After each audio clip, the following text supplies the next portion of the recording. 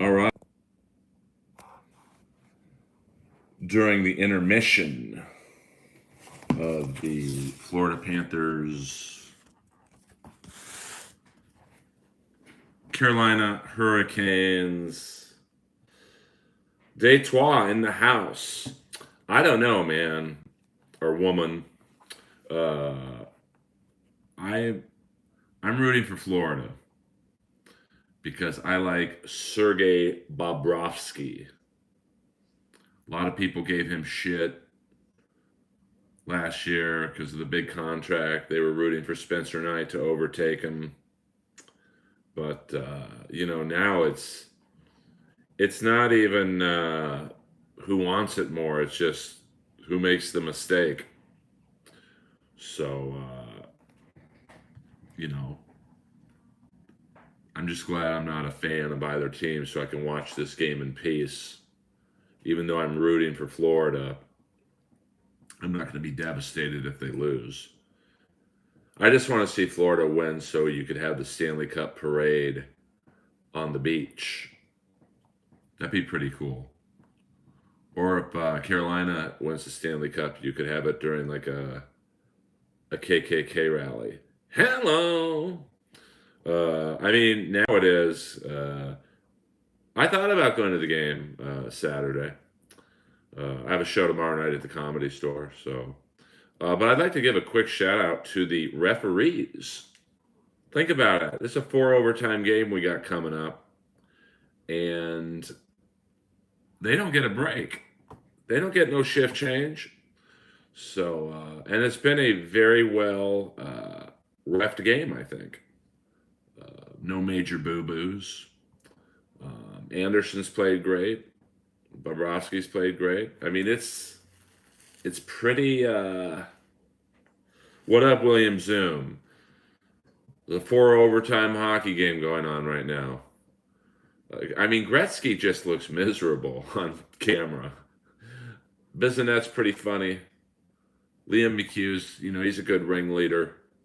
Anderson Carter was just eating potato chips in the, middle of the live broadcast. And Henrik Lundqvist, he's a good looking guy. I hear he has a big dick, too, from Sean Avery. So, for those of you who like to keep tabs on that, I'll be at the Comedy Store tomorrow night, closing out the main room midnight for you local yokels. And, if you're not, who knows? Maybe I'll just live stream the set. Keep it real. But, it's a very exciting game. I'm not allowed to show you my TV screen. I could get flagged. So that's why I'm kind of looking that way. I mean, I guess I could try and fake it a little bit. But then you can't see. I guess you can. Then, I mean, listen, I ain't Rogan. This is a rinky dink live stream. You ever get going to visit Austin? I have been to Austin once. I stayed at Red Band's home, and I gotta be honest with you. I don't miss a lot of the people who left to go there. I miss Adam, and I miss Red Band, and that's about it. I know you. I mean, that is a great sign, and my goal is to hopefully. My vision is to have like a news desk set up, so that'll be like right behind me, and it's a regular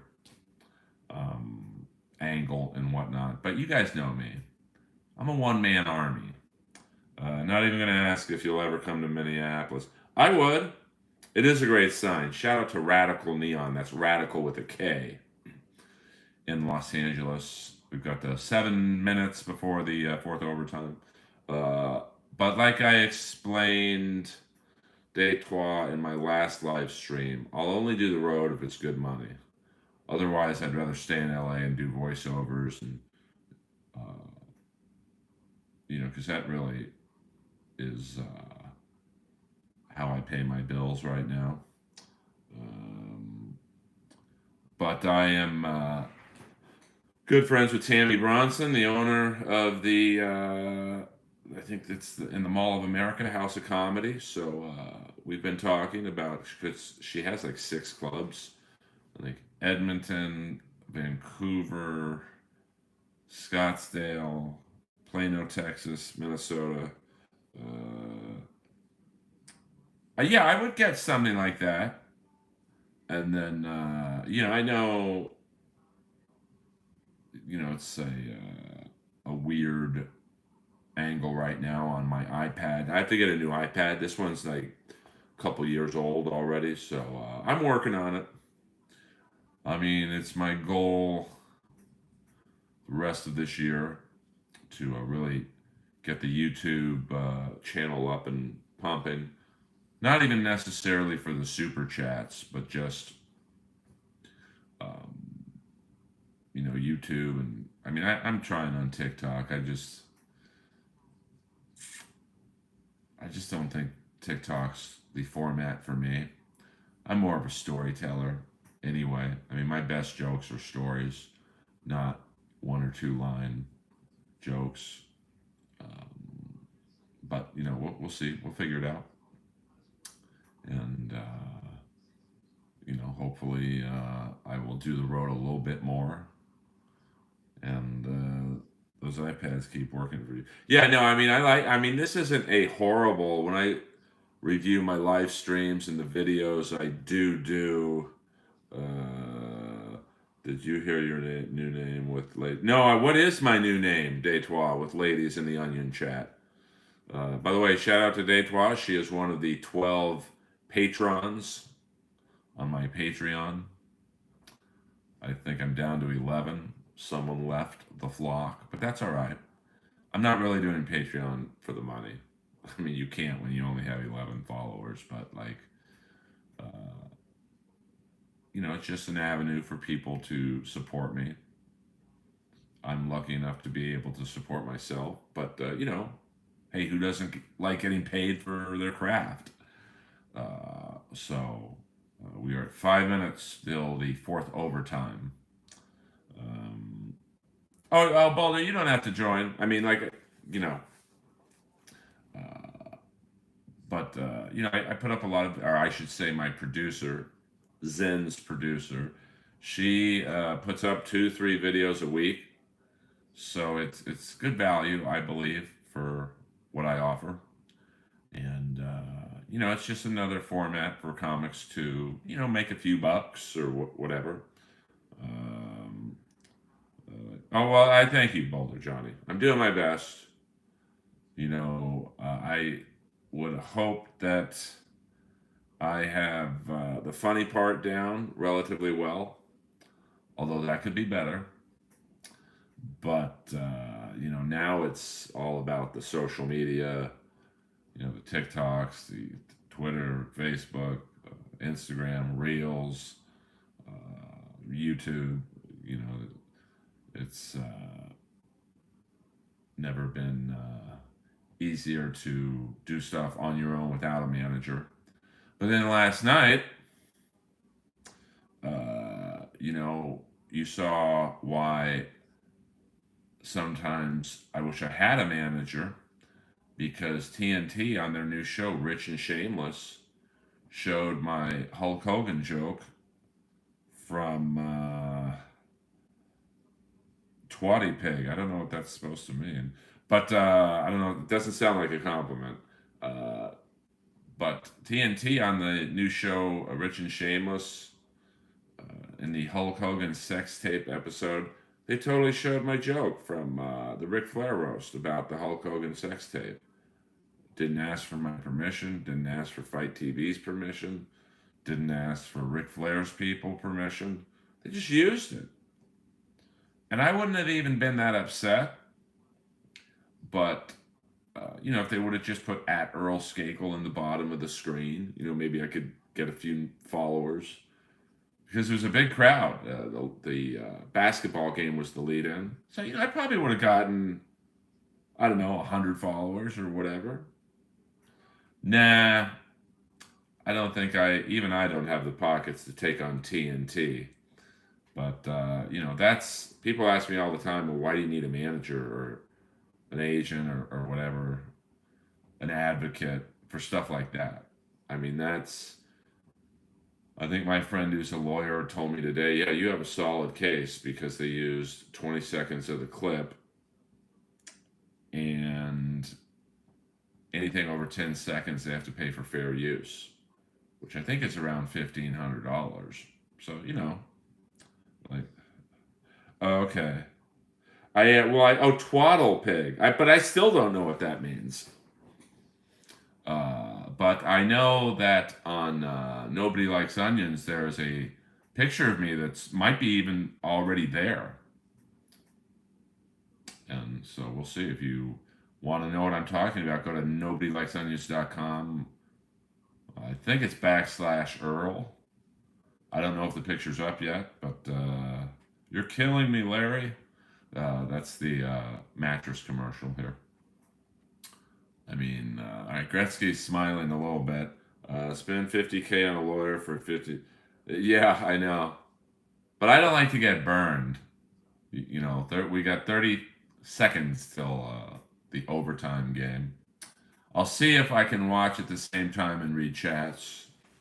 But, it is kind of unfair. I mean, $1,500, it's like, it's my joke. Like they didn't even, and the joke, although it was just a 21-second clip, it totally sets up the episode, which is people making fun of Hulk Hogan, and that's why he sued Gawker. So, I mean, yeah, you never know. I mean, the clip was so quick, I don't know if anyone would see it and go, oh, yeah, this guy's pretty funny. Let me call him in. But you never know. I mean, I had like 50 messages as soon as it aired, phone calls and texts. All right, the game is on. So we'll, if I seem distracted, I am listening to you guys. Let's see if we can do this so it's not quite as obvious. Okay. I mean, this will help me get to the 4,000 hours of chat. That's for sure. If you have any questions while I'm doing this, ask away. If not, watch the game with me. You should do that game Sunday in Vegas.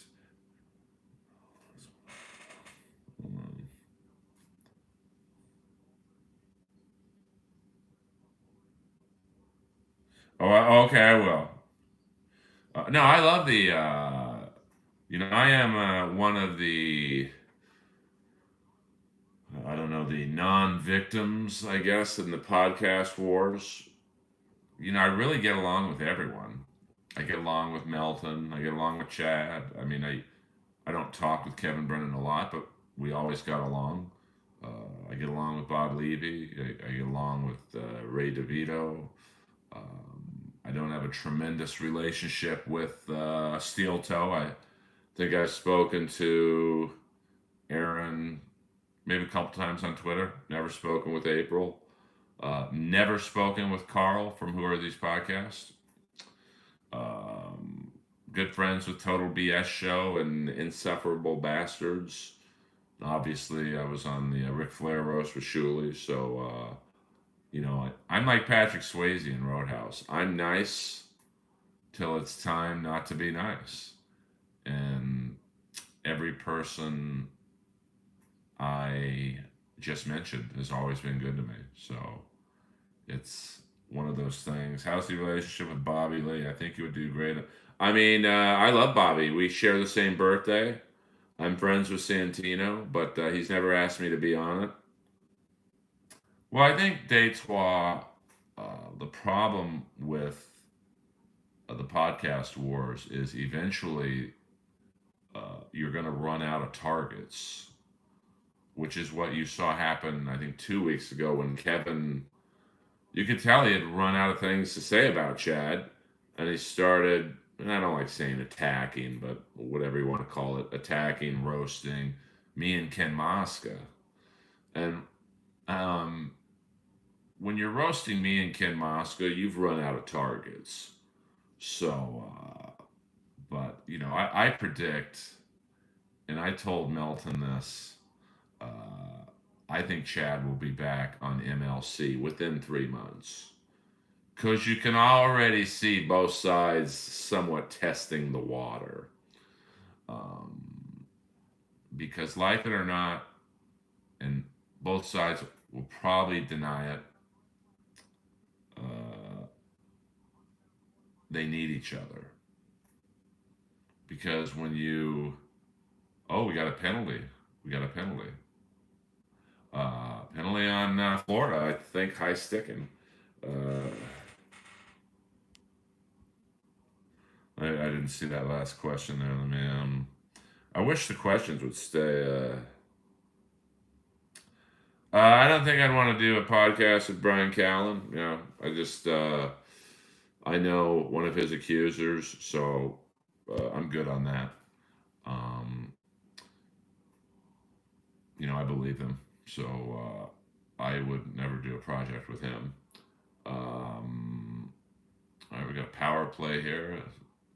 Um, I won't be looking at the chat, so hold off on the questions for the next 2 minutes. In terms of me and Brendan Schaub, I got no problem with him. I spoke with him very briefly the other night at the Comedy Store. He's always nice to me.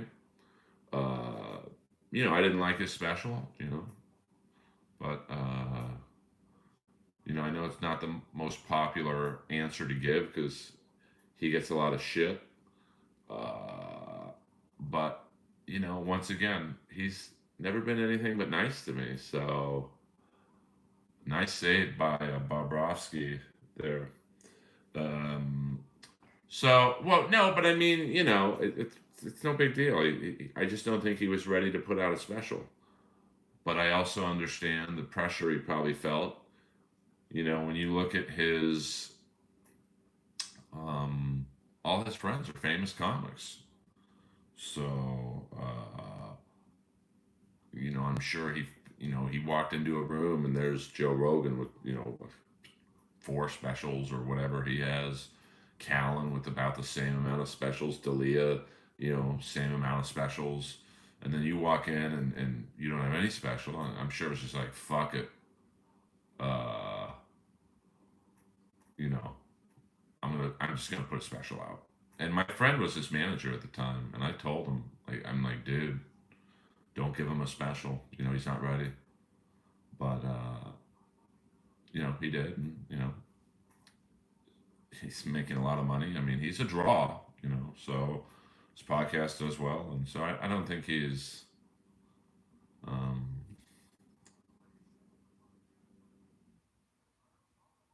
I mean, I went on. See, I know what you're talking about. I talked about Annie Letterman saying that he tried to get him to or get her to suck his dick or something. I don't keep up with that stuff. I went in that group on Reddit once, and you know, uh, I just didn't think it was for me. You know, I get hating a guy, but I don't really like internet trash talk. Uh,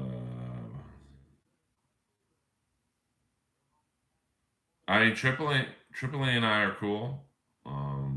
But getting back to shop for a second, uh, I don't do the online trash talk. If I got something bad to say to you, I'll say it to your face.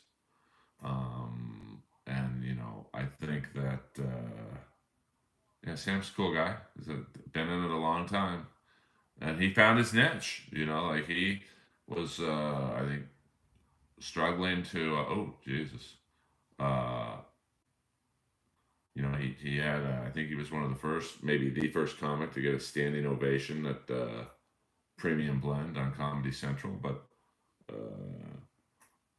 he kind of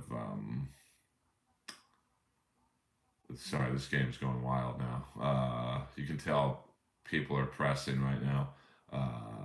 And then, he kind of hit a plateau in his career, and, now he's found a way with like the conspiracy theory podcast and, his affiliation with Eddie Bravo.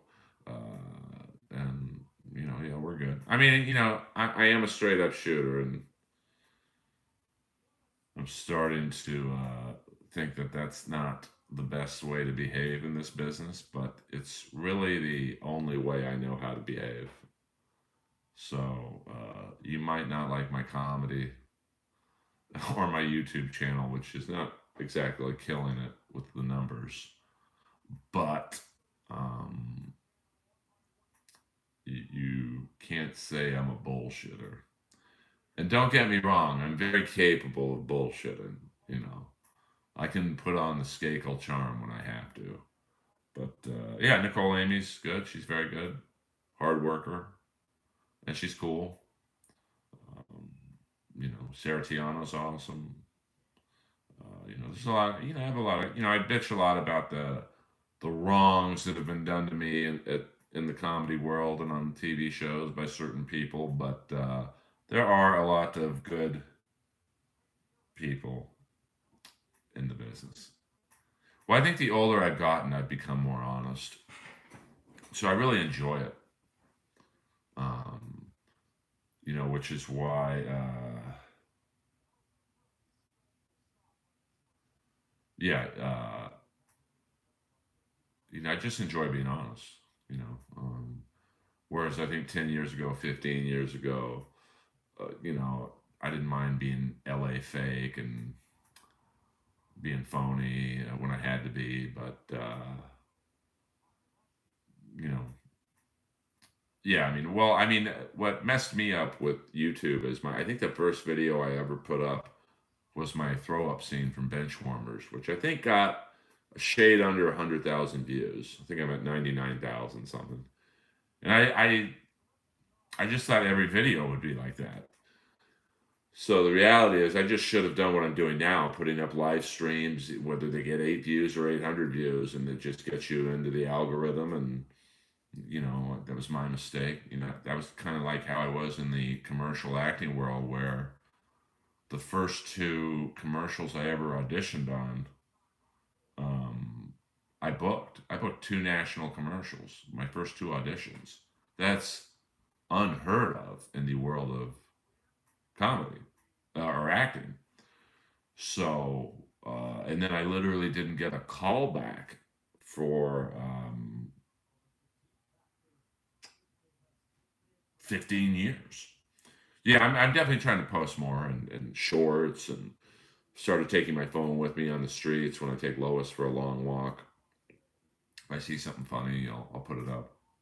And, I'm not going to lie, I do get discouraged, like when I put up a video and it doesn't even get 65 views or anything.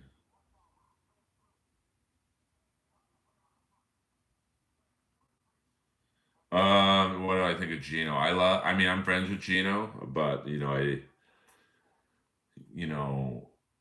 I don't like the racial stuff he does because I just think it's, in this, like if I'm Gino's manager, and I'm all about freedom of speech and whatnot, but in this day and age, one tweet about something you've said can ruin you. And with the racial humor, it's it's rough sometimes. But I don't tell people what kind of humor to do. And uh, I think when I had him on the Comedy Store podcast, it was an episode of Inappropriate Earl that we were doing at the Comedy Store during the pandemic, and I think he dropped an N bomb, and I'm like, bro, like I don't think the Comedy Store is gonna want this episode out. Uh, but I don't. I can be friends with someone, and I'm also friends with Godfrey, and I know he doesn't like Gino. So but I can understand why. I'm not black, so some of the things Gino. Oh Jesus. Uh, I could understand. Like I think my best asset as a human is that I can really. Well, it sounds like I'm being fair weather in the answer, Detroit, to be honest with you. But like, I like both guys, but I can certainly see Godfrey's point of view. Um, oh, thank you about the dead air with Holtzman comment. I love Holtzman. We have good chemistry. He was on an episode I think I did of the pandemic era inappropriate Earl podcast live from the Comedy Store. Um, but I think because I get accused of oh, here's a slight breakaway. This is an amazing game, but like I said, I only um, talk badly about someone if they've wronged me, and Gino hasn't wronged me. Godfrey has always been super helpful to me.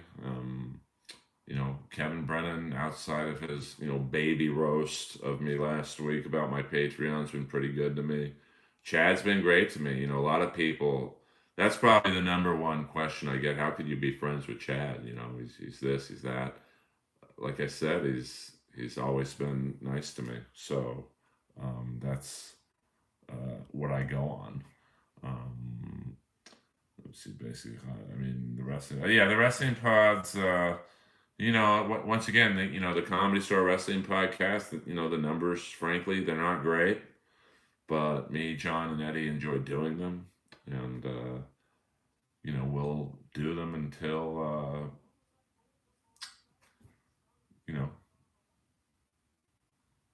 we don't like each other anymore. Yeah, Godfrey's always been good to me, always been complimentary toward me, and helpful. One time he watched me at the Comedy Store late night, and he gave me a tag for a joke, but he was really respectful about it because comics don't like to get tags. So what do you mean? I'm not funny? But he's done a lot more than I have, to be honest. So I don't. I took it with open ears and open arms, and it worked. So I mean, it's tough to be friendly with everyone. I mean, I'm certainly have a. I think I added it up today. Maybe three enemies in comedy. So, I can live with that. When you've done comedy for 23 years, thank you, Fajita, and you only have three enemies, and I think all three are very justified, incredibly justified. They're not manufactured. Not really. I mean, I don't respect him as a comic. I respect Jeremy Piven as an actor. But, as a comic, he took shortcuts and, he kind of has an ego about him, which I get. But, that's, Jeremy Piven doing stand up comedy. It's like when David Arquette was the WCW champion. I'm sure the wrestlers like David Arquette. Like, hey, we got no beef with you, but you should not be WCW champion and have someone like Sting, who at that point had been doing the road for fucking 20 years and breaking his limbs and pain addiction. And so that's how I feel about Jeremy Piven.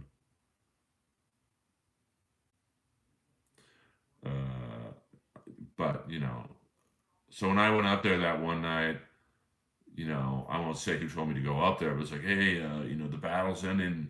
Come up here and attack Piven, and you guys will battle. So I go up there, and he clearly was not in on the joke.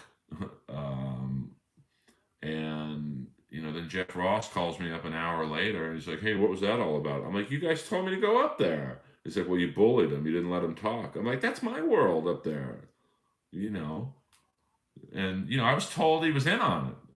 So, um, I don't hate the guy or anything, but he's not important to me enough to be an enemy. So, well, my friend Omid is in that new hair club for men commercial. Uh, well, I mean, in his defense, I thought he was in on it, but that's the world of roast battle. Let's have Earl go up there, shit on Piven, and Piven's looking at me the whole time like, who is this guy?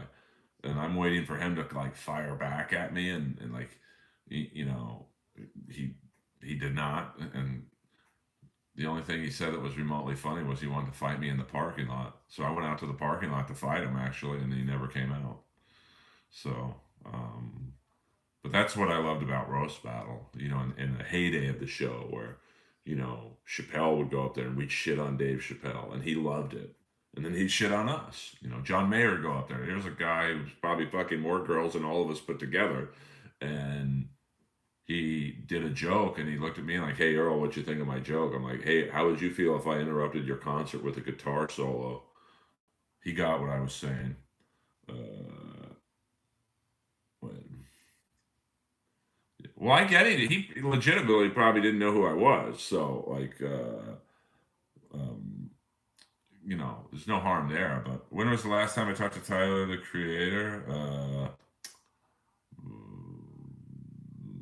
Boy, it's been probably 2 years. I talked with Lionel a little bit more, but the Jellies has never been canceled, which is too bad that we haven't run it back a little bit. But Tyler's sense of humor is so strange or whatever that I could see him calling me up in a year from now, going, "Hey, let's do another season of the Jellies." That's his thing. So he's always very nice to me. And he definitely is probably my number one celebrity. Wow, they're a nice guy story. So, because from day one of the show, it was thank you, please. Yeah, I'm not a fan of Williams, to be honest with you. He was pretty disrespectful to me at the Comedy Store, and uh, you know, I'm not really a fan of much of the Kill Tony people. Especially when it was at the Comedy Store, and this is going to sound silly to you guys but like what William would do is on Monday nights, it was Kill Tony, and then at about 10:30, it's basically the open mic for paid regulars. So for people like me and Jamar and Tony and anyone who's a paid regular, Moses, and so William would be shit faced, and he would. All right, hold on. We got a 2-on-1. We got a 2-on-1. Oh my god, this game is amazing. Uh, oh my god, this game is wild. And he would start heckling people, and I remember telling him, "Hey, bro, I don't mind you heckling, but Kill Tony is over, so you're an audience member now, and you heckling and doing all that bullshit, that's delaying my stage time opportunity. So do that when Don Barris is up and Don's the last comic. Don't do it when I'm waiting to go on." But I did see him in Austin when he was, I think, fresh off of not drinking, and he was nice. He even apologized, to be honest with you. He's like, "Hey, man, I'm sorry, and I know you probably don't like me." And I basically told him what I just told you guys. Like, "Hey, man, I just, when Kill Tony's over, like, all you guys are audience members, and it was just really disrespectful what you did. But we're not friends, but we're not enemies, you know. So yeah, that's my William Montgomery take. Um, but he's young in terms of the business. So those guys will all learn. I do see some people recently who've, or I guess you'd say, Kill Tony associated, and they come back to LA for shows and they walk around the Comedy Store like they own the place. It's like, baby, this ain't Austin. Like, and one guy was kind of roasting me. It's like, bro, like I'm about to play in the main room. You're walking around the hallways. So, stay in your lane.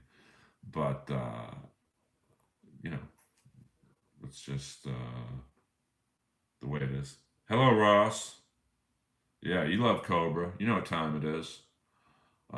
This game is amazing. If this game goes into five overtimes, I might have to recharge my iPad, to be honest with you, or move this into the kitchen. I think I have a friend that's a paid.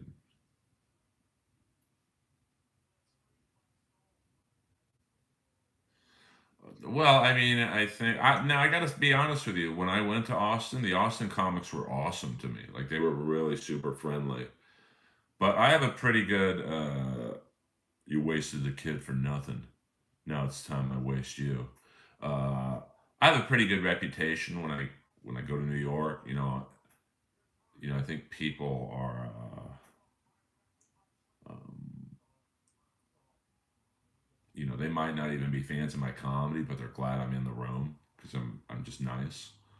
And being a paid regular at the comedy store definitely has a little bit of name cachet where it gets you instant respect. It's just like when people from New York come here and they're oh oh and they're passed at the cellar. It definitely makes your ears perk up.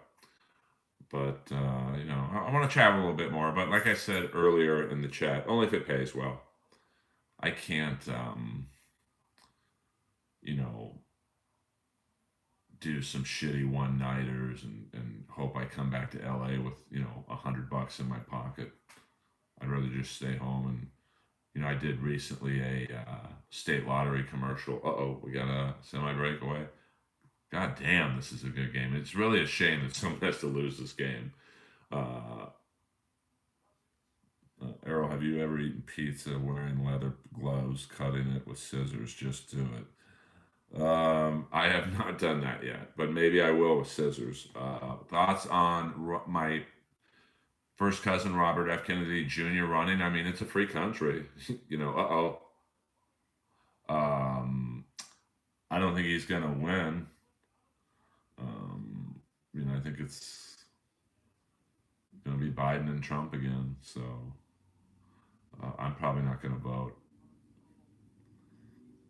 I did vote for Trump in the last election, but I can't vote for that guy anymore. I just can't. And a lot of people give me shit.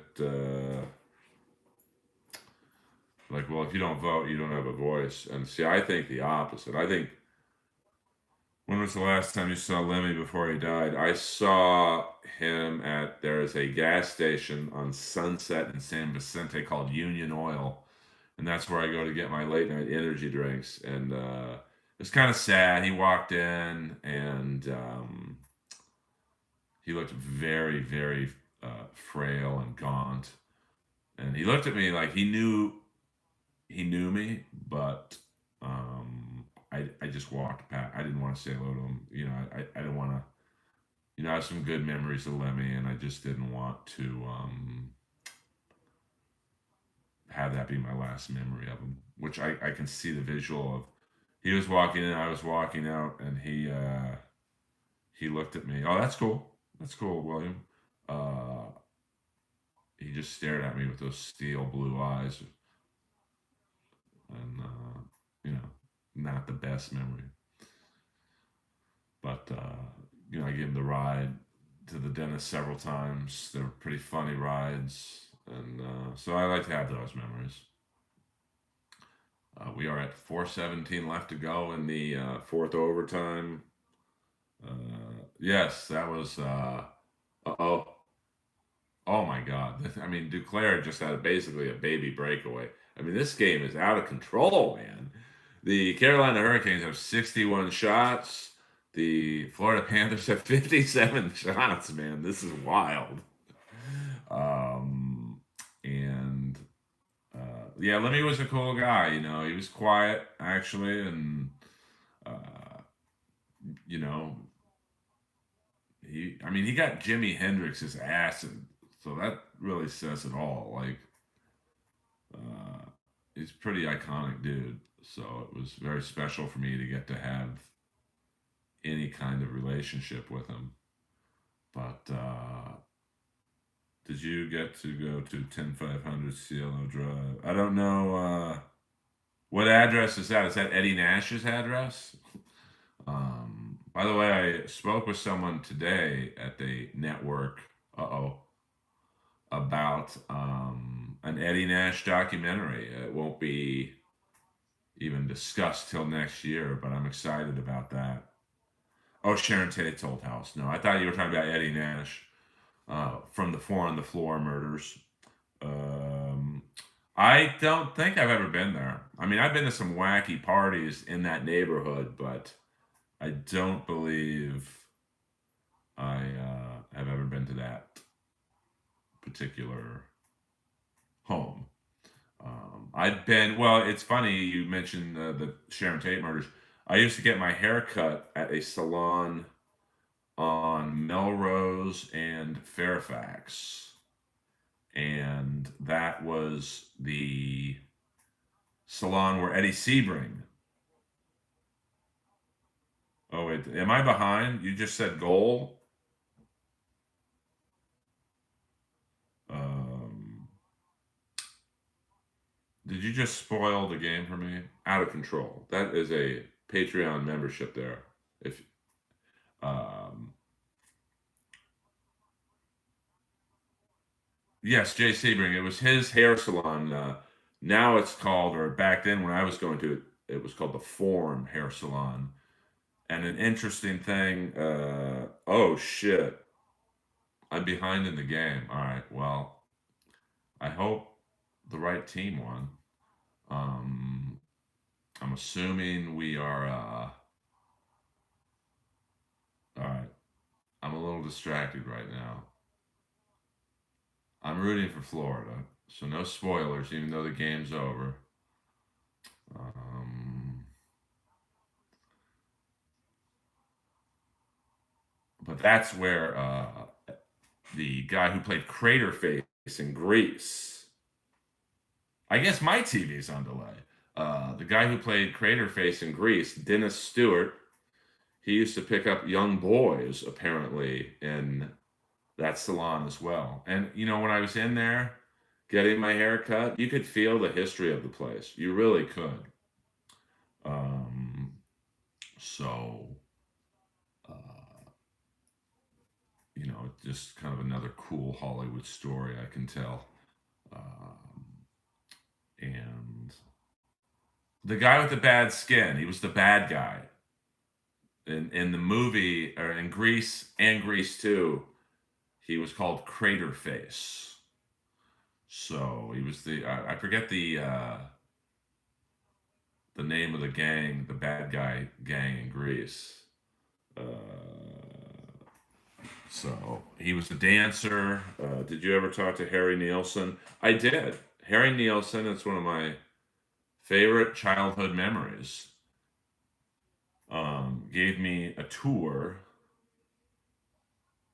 um, of his home in Bel Air, which was right up the street, right up the hill from um, my childhood home, and it was pretty neat. I mean, that was the first home I'd ever been in that there was a basketball court in, which is ironic because I don't think he played basketball. I'm going to guess Harry Nielsen did not play basketball. Uh, well, by you saying they lost game 7, that's telling me Florida won. All right, hold on. I got to watch this. My dad, Ross, was friends with. Well, they just scored. Well, at least Florida won. My dad was friends with Art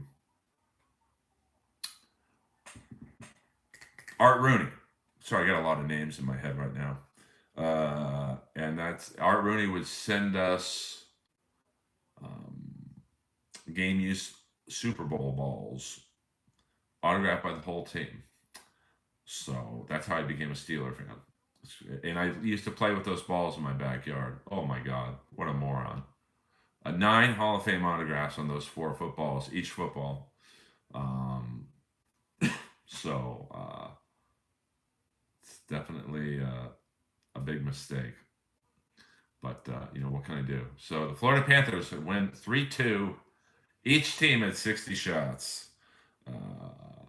But Harry Nielsen was a good guy. I mean, to show you, my dad was a pretty heavy drinker at one point in his life, and he used to hang drinking with Harry Nielsen. That says it all.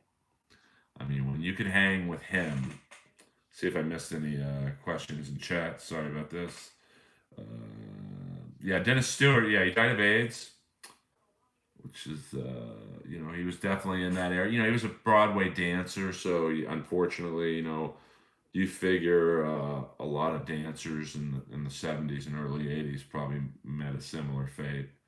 Another guy who died of AIDS that I don't think a lot of people realize was Rembrandt from the Warriors movie. He was the guy with the big afro, the young kid.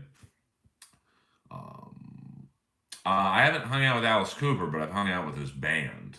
So that's been pretty cool.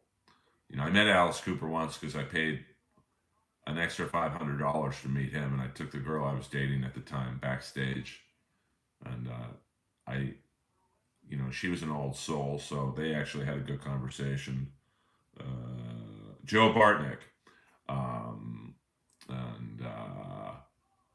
This guy's going to get killed. Florida Panther fan barking at the Canes fans.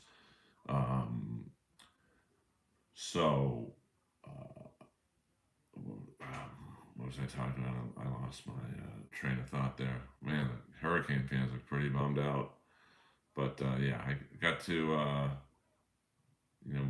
I lived in a wild neighborhood. Kareem, James Caan, Will Chamberlain, Stallone, Gloria Vanderbilt, Harry Nielsen, Connie Stevens. It's pretty cool. Mac Davis, of course. And he knew I loved North Dallas 40, so that was pretty cool.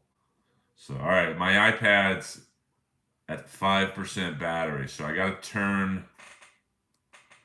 Sorry about that. My iPad's at 5% battery, so before this goes and I can't save it, I love you all. James Caan and Thief, that's my favorite James Caan movie, and Brian's Song, very good movie. But I love you guys. Thank you for the support as always. I'm going to do random episodes like this. And I hope I answered. Let me check one more time, see if I got everyone's questions and whatnot. Joe Bartnick is the comedian, damn North Dallas 40. I think it's the best sports movie ever. My best friend played drums with Mac Davis before. Mac Davis was awesome. He'd always call me Donkey Dick. And, when you're 12 years old, I'm like, what? I'm in the process of hopefully selling my hockey jersey collection to turn the upstairs bedroom into a podcast center. But we'll talk about that later. I love you guys. If you're local tomorrow night, I'm at the Comedy Store at midnight. You know how to follow me at Earl Skakel everywhere. Earl Skakel on Patreon. And my first stand-up special will be filmed in the next 2 months in the Los Angeles area. So I'll talk about it later.